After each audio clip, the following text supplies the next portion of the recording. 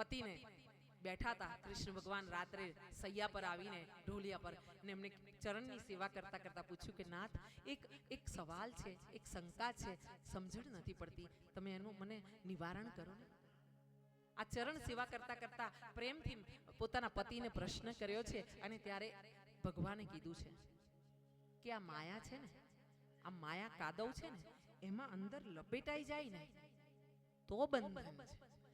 તું અહીંયા આવ્યો છું, તું ગાયત્રી છે, તું કથા કરે છે, તું મોટી વક્તા છે, તું વ્યાસપીઠ પર બેઠી છે, આવું તું ના વિચારે ને તો તને કોઈ કર્મ બંધન નથી લાગતું.